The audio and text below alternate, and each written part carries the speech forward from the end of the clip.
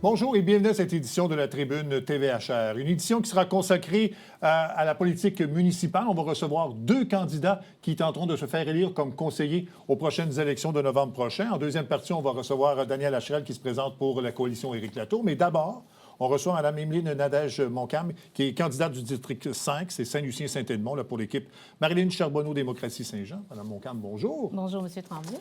D'abord, peut-être nous parler un peu de votre intérêt pour la politique municipale. Pourquoi décider de vous lancer dans la course cette année?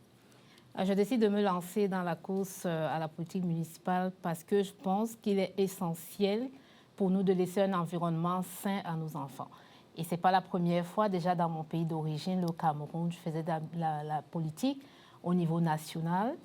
Et j'étais dans un parti d'opposition qui voulait détrôner le pouvoir en place depuis 42 ans. Donc oui, c'est quelque chose qui m'intéresse principalement. Et la politique municipale, parce que c'est une politique de proximité. C'est important qu'on s'investisse pour travailler pour le bien-être du citoyen de Saint-Jean-sur-Richelieu. Bon. Et pourquoi vous joindre à l'équipe Marilyn Charbonneau? Mon histoire avec l'équipe Marilyn Charbonneau est quand même quelque chose que je trouve beaucoup de coïncidences. Quand je décide de me lancer en politique, j'en parle autour de moi. Je rencontre 4 personnes qui m'orientent tous vers Marilyn Charbonneau. Je décide, on me donne, je fais ma recherche, je trouve le nom de l'équipe. Je vais sur Internet, je regarde le site web, je suis intéressée, je demande à rencontrer Marilyn. Et quand je la rencontre, je cause avec elle, je vois qu'elle et moi, on a des valeurs communes, qui est la transparence, la reddition des comptes et le citoyen. Il est important qu'on mette le citoyen au centre de nos actions. Ça, j'ai vu en elle un leader qui veut faire de la ville de Saint-Jean un endroit où tout le monde sera bien. Elle met le citoyen au centre de ses décisions. Ensuite, je me rends compte que c'est quelqu'un qui a de l'expérience en politique. Moi, n'ayant pas l'expérience au niveau municipal, je veux me lancer avec un leader qui a cette expérience. Bon, vous avez parlé de votre expérience au Cameroun. Bon, c'est pas de la politique municipale, mais c'est quand même une expérience politique. Est-ce qu'il y a des aspects de votre expérience en politique au Cameroun qui peuvent être utiles ici, notamment là, lors d'une campagne électorale, lorsqu'on fait du porte-à-porte? C'est sûr qu'au Cameroun, le porte-à-porte, oui, on le fait, mais c'est peut-être différent parce qu'on ne va pas vers les populations dans des maisons, mais on trouve des lieux essentiels où on rassemble du monde. Ici, oui, il faut aller faire du porte-à-porte et on a des bénévoles pour ça et on va le faire parce qu'on a besoin de rencontrer des gens. C'est pour des gens qu'on travaille, donc il faut aller les voir où ils sont. Bon, c'est probablement pour ça aussi qu'un des dossiers importants pour vous, c'est l'accueil des nouveaux arrivants. Vous en faites d'ailleurs un des dossiers prioritaires là, dans le communiqué que vous avez publié. Donc ça, c'est important pour vous, l'accueil des nouveaux arrivants, particulièrement à Saint-Jean. Et tout à fait. L'immigration, c'est quelque chose de très sensible et lorsqu'elle est bien exploitée, on peut avoir de bonnes perspectives. Ça fait pratiquement 20 ans que je suis partie de ma ville, de mon pays natal. J'ai fait mes études en Angleterre où j'ai eu mon master. Ensuite, je suis allée travailler. Après l'Angleterre, je travaillais en Angleterre. Je suis allée en France. Je suis rentrée au Cameroun. J'ai travaillé. Et je me retrouve ici. Je suis chef d'entreprise. J'ai 3 entreprises. Une entreprise de services de ménage, une entreprise de cosmétiques. Et je suis nouvellement propriétaire d'un bureau HR Blanc. Donc, j'engage des gens. J'emploie des gens pour travailler là. Donc, c'est pour dire que l'immigration, c'est important qu'on adresse les problématiques de l'immigration, qu'on les accueille proprement, qu'on les intègre aux valeurs du Québec. Ça, c'est très important. Et on peut en tirer des bénéfices palpables. Bon, vous dites que vous êtes en affaires. Est-ce qu'il y a de la difficulté, justement? Est-ce que vous avez de la difficulté à trouver de la main-d'œuvre? Et est-ce que l'immigration peut nous aider? Parce qu'on en a déjà parlé sur le plateau, qu'avec les nouvelles règles d'immigration, c'est un peu plus difficile. Donc, est-ce que vous êtes à même de le constater? Effectivement. Effectivement, j'ai des difficultés à embaucher. Parfois, vous embauchez des personnes, mais qui ne restent pas. On ne sait pas pourquoi, mais oui, il y a de sérieux problèmes au niveau de l'embauche. L'immigration peut résoudre ce problème parce que généralement, des personnes qui viennent au Canada, c'est des personnes quand même assez qualifiées. Donc, ça peut être une solution pour pour l'embauche. Un dossier qui préoccupe les gens dans votre district, c'est le dossier, en fait, la gestion du bruit autour de l'aéroport de Saint-Jean-sur-Richelieu. Il y a un groupe de citoyens qui souhaitent qu'on réduise ou même qu'on abolisse, en fait, en raison de l'arrivée d'écoles de pilotage. Donc, ça a augmenté le bruit à l'aéroport. Quelle est votre position là-dessus? Je pense qu'il est essentiel que là où on vit, qu'on vive bien.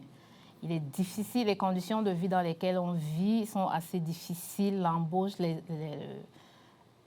travail, c'est assez difficile. Donc, quand on est chez soi, on a envie d'être bien.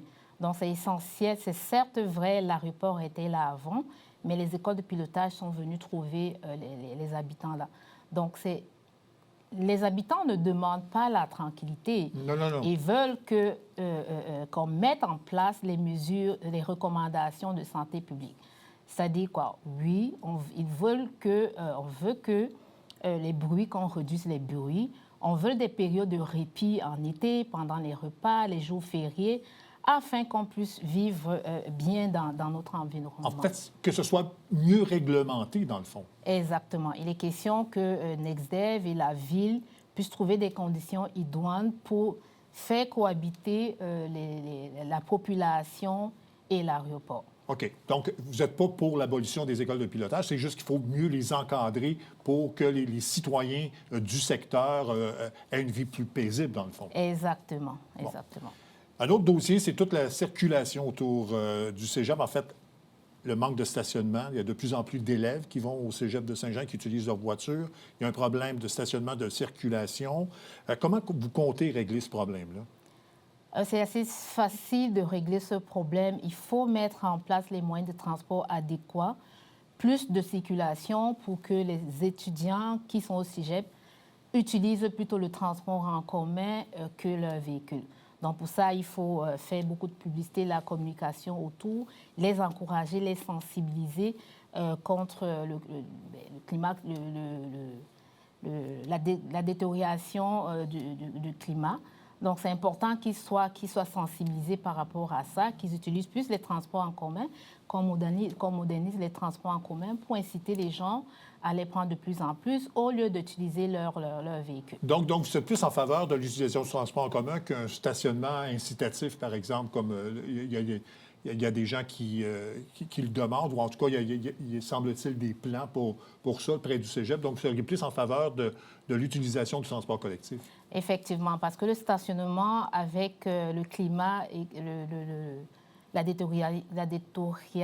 détériorisation, le changement climatique et tout, le stationnement, c'est quelque chose qui, à mon sens, ne favorise pas cet aspect de la chose.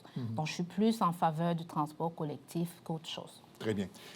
Il y a les infrastructures aussi, particulièrement les refoulements d'égouts là, qui vous préoccupent.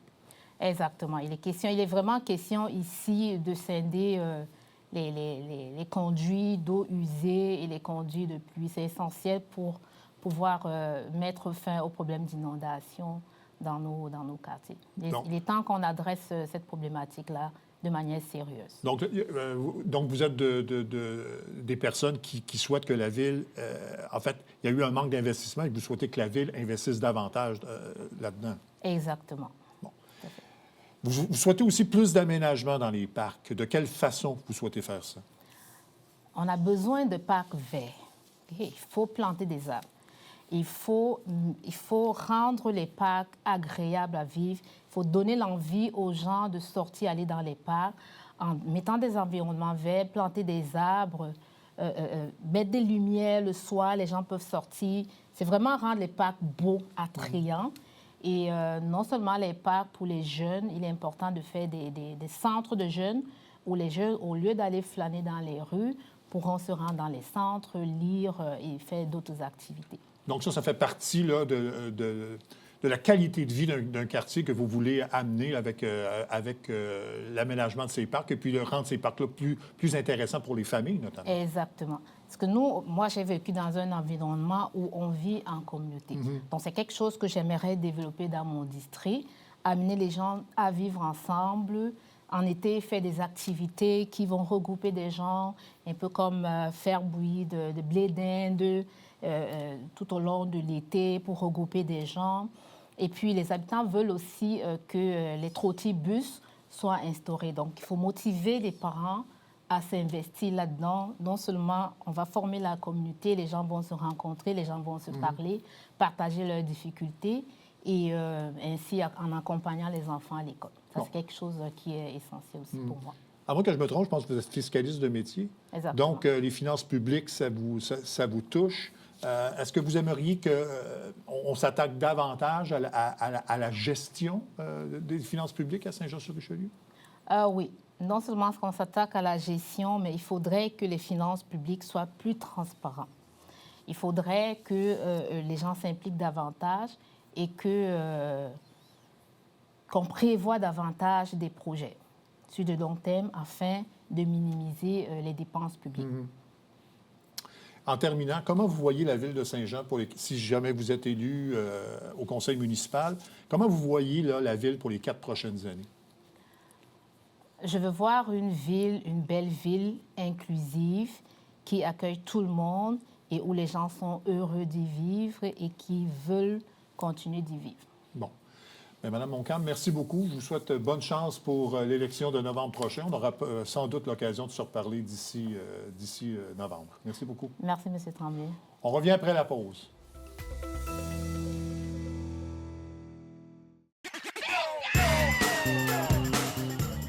Vous êtes un adepte du bingo? Télébingo vous permet de jouer dans le confort de votre foyer. 4 500 $ en prix à gagner.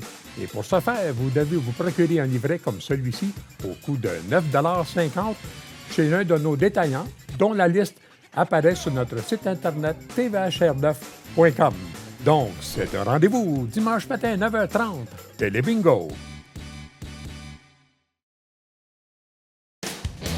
Salut, ici Alexandre Baudouin. Et François Trépanier. François, cette semaine à Sport Express. Première partie, on parle des randonneurs avec Carole Millard et Jean-Marc Trudeau. Et deuxième partie de l'émission, cyclotourisme en Montérégie avec Amélie Caron. Manquez pas ça.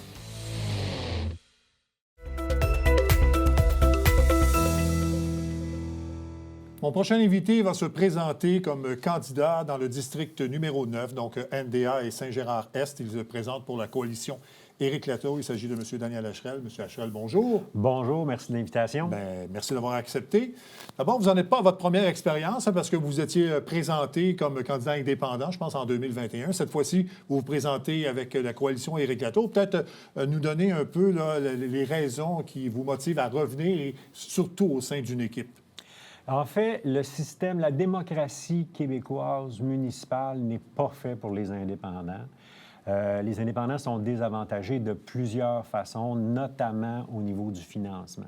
Puis la dernière fois, il n'y avait que 2 options. Hein. C'est soit Bouchard, soit Laplante. Les 2 options n'étaient pas pour moi porteurs de succès.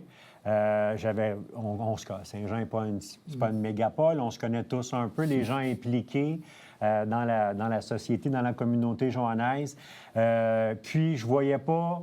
Je préférais y aller seul. Maintenant, quand on s'est assis, moi et Éric, quand on a discuté, puis plus j'apprends à le connaître d'une autre façon, parce que, bon, tout le monde connaît un peu ou pense connaître un peu Éric Latour, mais tu t'assois, puis tu discutes, puis tu vas en profondeur, puis il y a des chocs des idées, puis tu fais, OK, là, on a quelqu'un qui va être le maire dont on a besoin. Bon. Et de toute façon, la politique municipale vous intéresse parce que vous avez été impliqué au niveau communautaire, vous faites affaire ici à Saint-Jean. Donc, c'est quelque chose qui vous intéresse. Donc, c'est un choix logique de poursuivre votre expérience là-dedans, même si en 2021, là, ça n'avait pas... En tout cas, vous n'avez pas été élu, là, mais... Non, je n'ai pas été élu, mais j'ai appris beaucoup. Oui, il y a eu l'expérience d'une campagne électorale. Oui, c'est ça. Ouais. J'ai fini 2e sur 3, quand même. Pas quand même.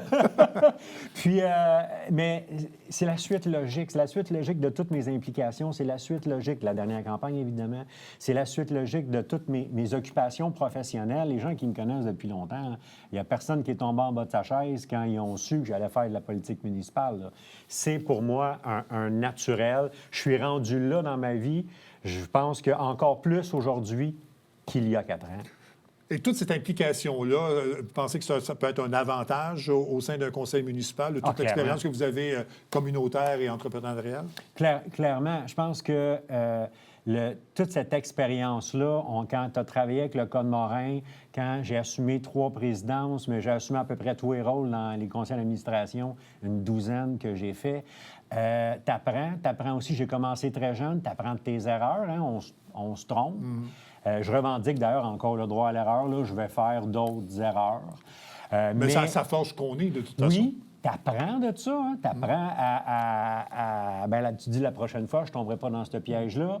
Je vais peut-être prendre un pas de recul, je vais peut-être aller plus vite, moins vite, mais j'ai appris beaucoup de toutes ces expériences-là. Puis, cette fois-ci, dans le district numéro 9, il y a un contexte qui est tout à fait particulier. Que je pense que ma candidature est d'autant plus pertinente. Bon. Parler du district numéro 9, le gros dossier, en tout cas celui qui fait la manchette, c'est le dossier de l'Église Saint-Gérard. Quelle est votre position là-dessus? Il y en a qui... il y a un projet là, pour transformer l'Église Saint-Gérard, d'autres qui veulent le conserver. Quelle est votre position là-dessus? Bien, on va appeler un 9 un 9. Là. Il n'y a pas de projet de transformer, il y a un projet de démolition. Puis, j'ai voulu être poli. Mais c'est quand même, on est d'accord, c'est un projet de démolition. Oui, c'est un projet de démolition. Une église, c'est un bâtiment identitaire pour un quartier. Les citoyens du quartier ont voté à 3 reprises contre sa démolition. Il y a un PPC-moi qui est en vigueur, qui est un contrat qui est valide, que personne n'a mis un fusil sur la tempe de personne pour prendre ce contrat-là, pour accepter ce contrat-là. Moi, ce que je dis, c'est, puis je l'ai écrit, c'est su... Donnons une dernière chance à ce bâtiment-là qui est unique au Québec. Donnons une dernière chance. Mettons que tout le monde, qu'on assoie tout le monde autour de la table, que tout le monde mette l'épaule à la roue, des fois mettre un peu d'eau dans son vin.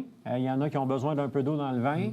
Puis, donnons une dernière chance. Maintenant, si on ne réussit pas, on n'étirera pas ça pendant des siècles. Là. Je veux dire, il faut qu'il y ait une finalité à ça. Si on ne réussit pas, moi, je pense qu'on peut réussir.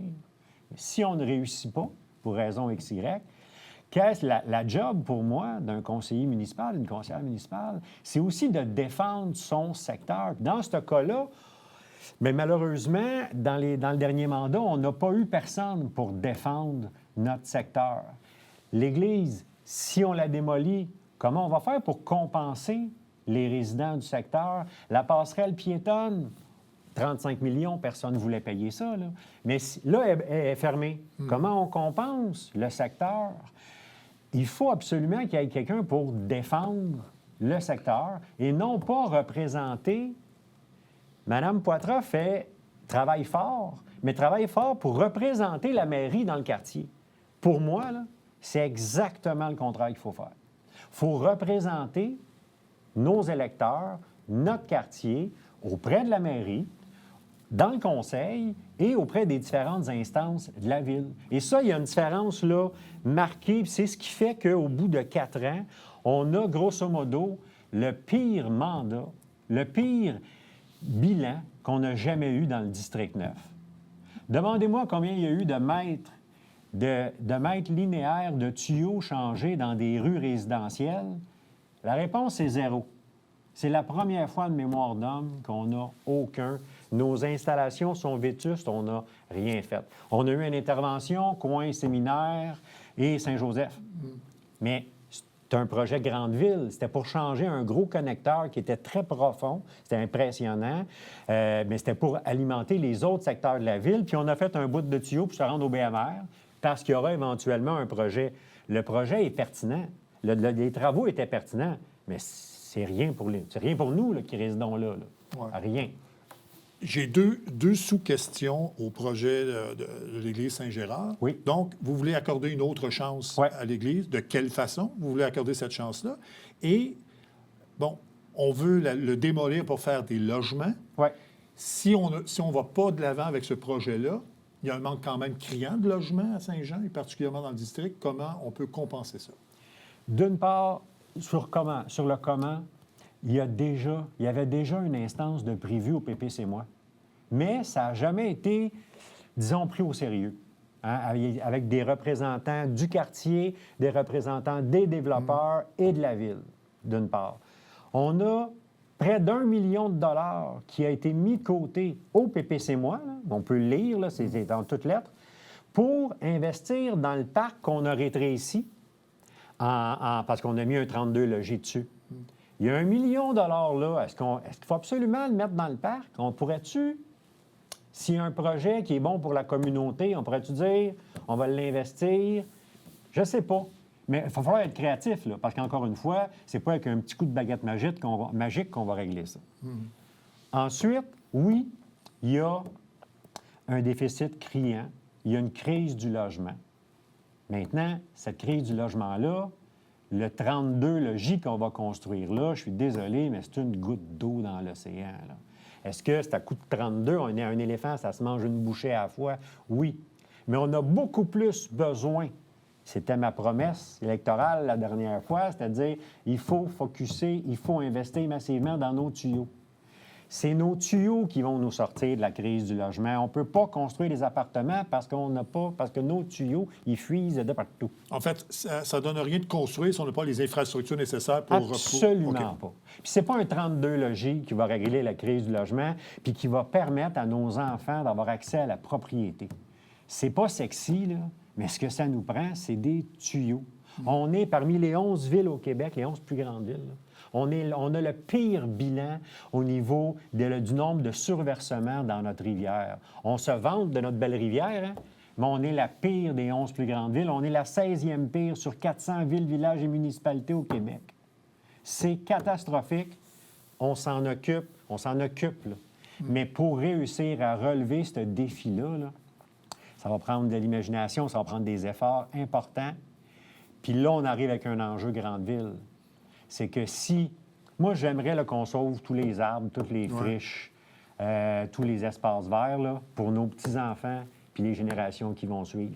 Mais pour nos enfants, on a besoin d'infrastructures. On ne réussira pas à se payer tout ça, à maintenir nos services puis à maintenir une augmentation de taxes à zéro si on ne retrouve pas Saint-Jean comme étant un terreau pour les industries. Il nous faut de nouveaux terrains industriels. Il n'y a pas de geste plus écologique pour Saint-Jean-sur-Richelieu que celui-là. Bon. Vous parlez d'écologie, justement, et je pense que vous voulez faire un accord, justement, là, ça m'amène à faire ce lien-là, entre l'écologie et l'économie. Ça, pour vous, c'est prioritaire. Bien, depuis longtemps, on oppose. Hein? Il y a l'écologie. Soit que tu prends une décision écologique, soit que tu prends une décision économique. On ne peut plus faire ça. On ne peut plus prétendre qu'on va sauver toutes les friches si on ne génère pas de nouveaux revenus. Il faut que l'écologie puis que l'économie, ça aille ensemble. Les décisions, encore une fois, la décision la plus écologique qu'on peut prendre, c'en est une qui peut apparaître économique. C'est des nouveaux terrains industriels. Nouvelle industrie, d'autres payeurs de taxes qui ne sont pas les mêmes. Parce que même si tu appelles ça un éco-frais, une taxe sur les immatriculations, je ne sais trop, si c'est encore vous et moi qui la payons, c'est comme une augmentation de taxes. Là. Ça ne change à rien. Mais ça m'amène à ça parce que ça a été discuté ici sur ce plateau-là. Ouais. On veut amener des nouvelles industries, mais on a aussi mentionné que actuellement, Saint-Jean a de la difficulté à offrir ces terrains-là pour amener des nouvelles industries. Comment on peut réussir ça? Est-ce qu'il y a vraiment beaucoup de terrains disponibles pour ramener cette industrie? Il y en a, encore une fois, il n'y a pas de coup de baguette magique, ça n'existe pas. Moi, je ne vis pas dans un monde de licorne, là. Est-ce que ça se peut? Oui, ça se peut rapidement. Il y a des solutions, malheureusement, pour une raison que j'ignore parce que je n'y suis pas, on refuse de les mettre en place, on refuse de les regarder, on se refuse à faire ce qu'il faut. La coalition Réclatour va le faire. Bon. Il y a un autre sujet aussi qui a été discuté, c'est de dynamiser un peu le secteur des Halles de Saint-Jean. Est-ce qu'il y a quelque chose à faire? Si vous représentez le district, est-ce qu'il y a des plans pour dynamiser les halles ou c'est pour l'instant satisfaisant? Les halles, premièrement, il faut établir, parce que j'ai vu Mme Laberge, notamment, qui en parlait. C'est pour ça que je vous pose la question. Ben oui, mais on va rétablir les faits. c'est BTB qui est propriétaire des Halles et je suis sûr que cette entreprise-là a une vision pour les Halles. Est-ce que la Ville peut seconder, appuyer, accompagner? Ben oui, mais On ne parle pas juste des Halles, on parle du secteur. Là, Bien, le c'est ça. secteur, le BMR, il y a un projet qui s'en vient. Il y a d'autres projets, mais ça passe par le privé. Maintenant, la job de la Ville puis du conseiller municipal, c'est de s'assurer que la sécurité, la qualité de vie dans le secteur soit protégée. Ma job, éventuellement, puis je pense qu'on peut faire beaucoup mieux, c'est de représenter mes voisins. Maintenant, je ne veux pas mettre des mots, parce que j'ai parlé de Mme Laberge, je ne veux pas mettre des mots dans la bouche de Mme Poitras. Elle n'a pas annoncé officiellement qu'elle se représentait, ni qu'elle se représentait dans le district, parce qu'elle réside à Saint-Eugène depuis toujours. Elle n'a jamais résidé dans mon quartier. Donc, peut-être qu'elle ne se présentera pas, peut-être qu'elle va se présenter à Iberville, à Saint-Luc, à l'Acadie. Peut-être, je ne sais pas. Ça sera à elle là, de s'annoncer. Ça lui appartient. Oui, ça lui appartient complètement. En terminant, si vous êtes élu, donc, au conseil municipal, quelle est là, votre vision globale en 1 minute là, de la Ville? Est-ce que vous souhaitez là, faire au cours des 4 prochaines années là, pour le potentiel de la Ville? Parce que ça aussi, vous dites que ça n'a pas été atteint. Là, puis, depuis que j'ai 12 ans, je suis sur des conseils d'administration. Depuis que j'ai 12 ans, j'entends parler du potentiel d'une ville. Le potentiel d'un individu. On ne parle pas du potentiel de Sidney Crosby ou de Guy Lafleur. On en parle du potentiel de gens que ça ne s'est pas encore avéré. Ma vision, à long terme, on ne parle pas de... Mais si on parle d'une vision, c'est à long terme, c'est de refaire de Saint-Jean une ville-centre. Donc, ça passe par l'industrie, ça passe par les commerces, ça passe par moins d'autobus interurbains, plus d'autobus urbains, parce qu'il y a plus de Joannais qui travaillent à Saint-Jean. Donc, ils ont eu d'avoir 2 autos, ils n'en ont rien qu'une. S'ils n'ont rien qu'une auto, ils sauvent 5-6 000 net par année. 5-6 000 net, c'est 10 000 brut. C'est peut-être ce qui manque pour acheter une maison. ouais. Une vision à long terme, c'est des Joannais qui travaillent, qui vivent, grandissent et vieillissent à Saint-Jean. M. Hocherel, merci beaucoup. Hey, merci à vous. On vous souhaite une bonne campagne et puis on aura sans doute l'occasion de se reparler. J'espère. Ben oui. Merci beaucoup. Au revoir. Voilà, c'est tout pour cette édition de la Tribune TVHR. J'espère que ça vous a plu. À la prochaine, Mme Messier. Au revoir.